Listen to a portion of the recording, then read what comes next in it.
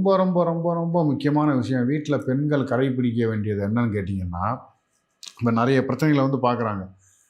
பேசிக்காக என்னடா அந்த பூஜைக்கும் காதலுக்கும் என்னடா சம்மந்தம் அப்படின்னு யோசிக்கலாம் நீங்கள். ம்.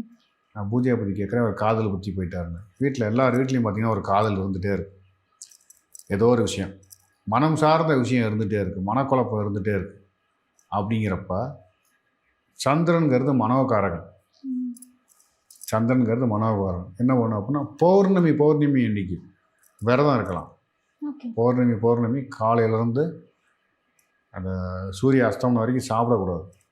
சாப்பிடாமல் இருந்து நிலாவை பார்த்துட்டு என்ன பண்ணணும், சாப்பிட்டு ஒரு பௌர்ணமி இடத்துக்கும் ஒரு புக் இருக்குது, அந்த புக்கை பார்த்து அந்த மந்திரம்லாம் சொல்லி எல்லாம் படிக்கணும். அதை எல்லாருனாலையும் பண்ண முடியாது.